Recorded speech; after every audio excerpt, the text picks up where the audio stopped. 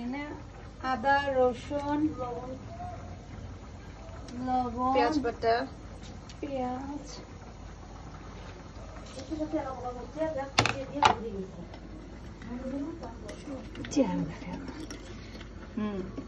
স্বাদ মতন লবণ।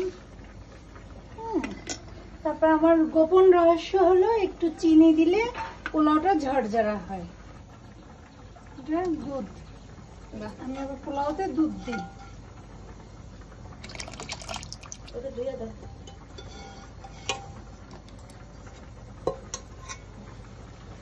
খালা কি চাল ঢেলে দিচ্ছ?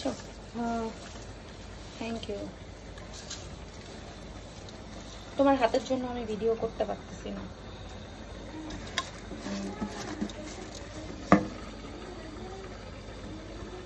থ্যাংক ইউ খালা।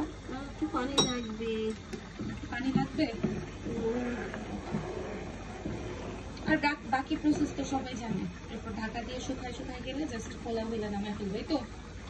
ওকে, এই রান্নায় আমাকে হেল্প করলো আমার আন্টি, আর হচ্ছে আমাদের হেল্পিং হ্যান্ড খালা। এবার হচ্ছে ঘি দিচ্ছি। বেশি দিও না, বেশি দিলে এত বেশি ঘি দিলে খাওয়া যায় না পোলাও। ঘি ছাড়াই ভালো লাগে আমার।